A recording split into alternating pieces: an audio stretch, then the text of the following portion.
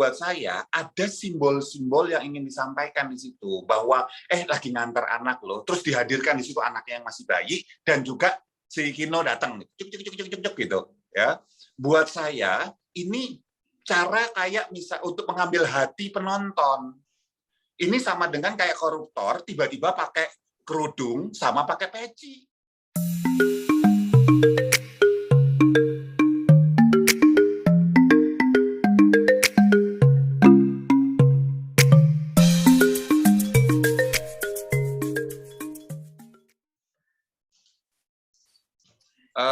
Bahwa konten iya, betul. Apa sih dari dia yang nggak konten? Kan gitu ya. Kalau misalnya nggak mau konten, istilahnya ya nggak usah diambil, nggak usah diposting. Ya udah marah-marah kayak manusia kebanyakan marah-marah aja. Gitu kan simple. Kalau diposting namanya ya konten titik. Gitu. Apakah kemudian responnya dia marah beneran, dia kesel, mukanya kelihatan capek, memang gini, kelihatan capek apa enggak itu kan persepsi kemudian ya, tapi yang jelas bahwa Baim terlihat terganggu, terlihat marah, iya, kelihatan, jelas, dan masih terlihat kesal, gininya tegang nih, bagian sininya dia, pipi bagian samping kanan kiri bibirnya itu kelihatan tegang, terus matanya glaring gitu. Itu sampai dia pas bagi-bagi duit ke ojol-ojol itu masih kelihatan memang dia marah. Jadi kalau ditanya apakah itu beneran? Beneran. Tapi apakah itu konten? Ya konten, dijadiin konten sekalian. Kan lumayan ya, daripada marah-marah doang nggak jadi apa-apa, ya jadi duit kan lu boleh gitu, nggak salah. Gitu. Oke Mas Giri, terlepas ini sekalian konten Mas gitu kan, terlepas sekalian konten, dari ada gurat kecewa atau takut gak sih Mas dari si kakek itu sendiri Mas? Kakek Suhut namanya.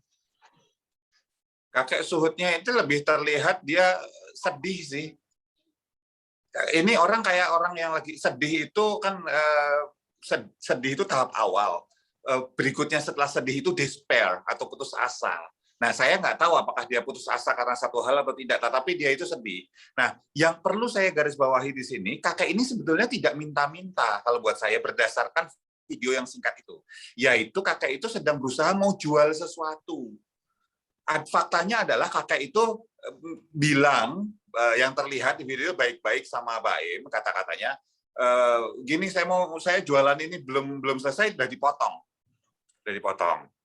Nah, apakah cara kakek itu salah?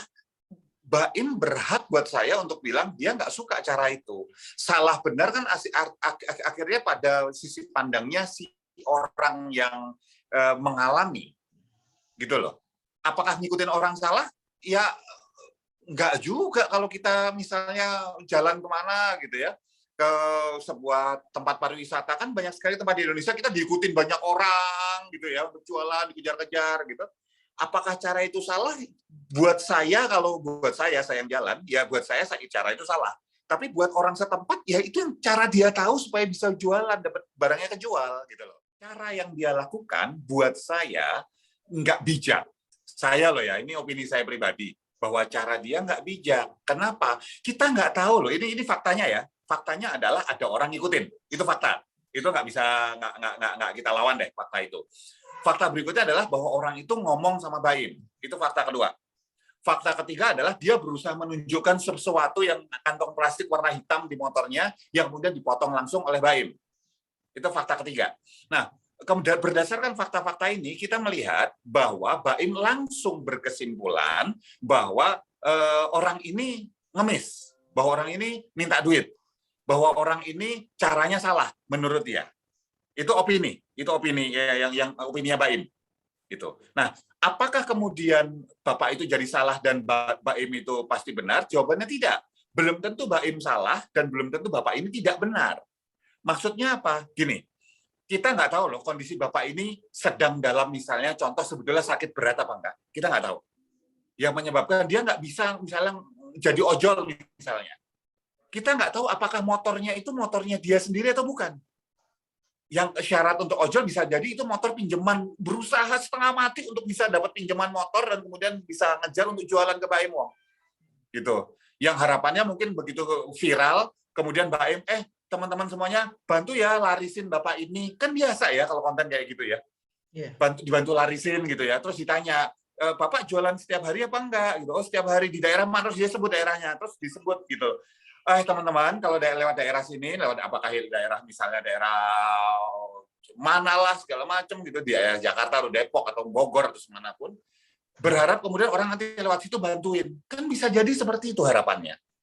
Kita nggak tahu loh, kita jangan langsung menghujat caranya Bapak ini, tapi juga nggak bisa langsung menghujat Baim. Kenapa?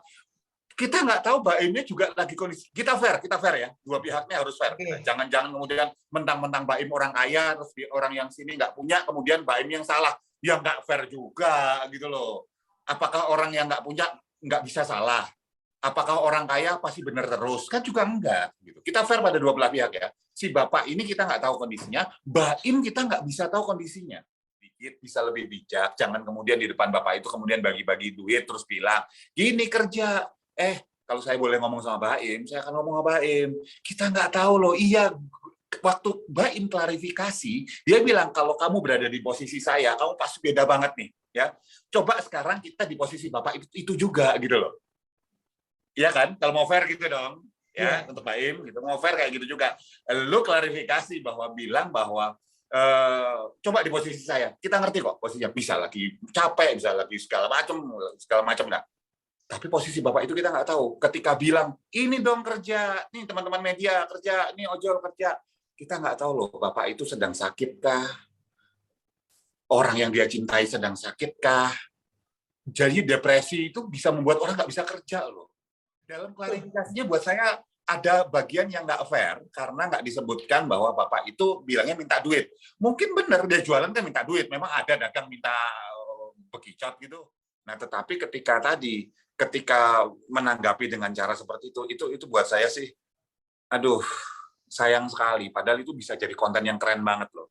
Konten ngasih tahu, Bapak jualan apa? Oh, jus ama. Oh, Bapak biasa jualan di mana, Pak? Di sini. Oh, ini buat lo yang nonton konten ini ya, bantuin Bapak ini yuk, lakuin Pak. Saya cuma bisa bantu, saya beli 2 ya. Atau beli 3 ya. Terus panggil, ojol, sini deh. Gini, nih, baca, lo lagi nongkrong baca. Kali ini gue nggak ngasih lo duit ya. Duitnya buat Bapak ini untuk kebantu dia. Lo baca ya, ini supaya lo selamat di perjalanan, sehat-sehat terus, nggak kena COVID. Biar lo bisa pulang, bawa duit banyak buat anak istri lo. Sebetulnya sih, banget gitu loh. Kalau jadi konten kayak gitu, apa enggak? Yang paling nggak nyambung buat saya klarifikasinya. Karena kenapa? Karena sekali lagi Bapak itu jualan sesuatu dan saya yakin Baim ngerti banget. Oke. Dan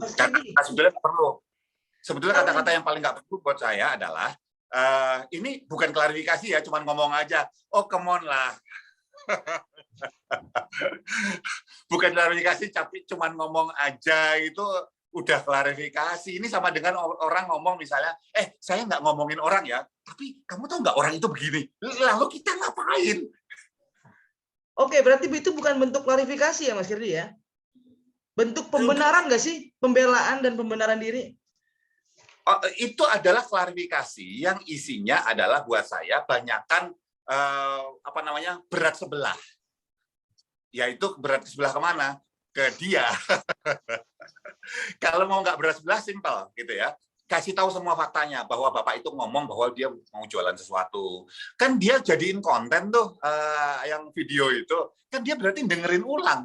Nggak mungkin konten dinaikin sama timnya tanpa dilihat sama dia, tanpa approval dia. Dia kan tahu, oh Bapak itu, misalnya di waktu itu nggak denger ya Bapak itu jualan sesuatu, Bapak itu mau jual sesuatu, oh jualan apa gitu. Bisa disebutkan dalam klarifikasi. Itu baru fair kedua belah pihak. Kalau ini kan enggak. Jadi maksud saya, berarti nggak ada gurat penyesalan di situ ya Mas ya? Gurat kekontenan ada sih. Lah gini loh, bukan salah ya, ini bukan salah atau benar ya. Tetapi sebetulnya kan nggak perlu juga istilahnya, kalau mau nunjukin bahwa humanis loh, ini baru di kamar bareng keluarga, bisa gitu. Tapi yang mau diklarifikasi ini sesuatu yang sifatnya cukup serius. Buat saya, banyak sekali konten kreator itu ketika membuat konten memang tidak salah, kan ceritanya ini hyper reality show ya, ceritanya kayak reality show gitu. seolah-olah ada keluarga segala macam. Tetapi kalau buat saya ada simbol-simbol yang ingin disampaikan di situ bahwa lagi ngantar anak loh, terus dihadirkan di situ anaknya yang masih bayi dan juga si Kino datang cuk cuk cuk cuk cuk, cuk gitu ya. Buat saya ini cara kayak misal untuk mengambil hati penonton. Ini sama dengan kayak koruptor tiba-tiba pakai kerudung sama pakai peci. Nggak ada bedanya jadinya gitu loh.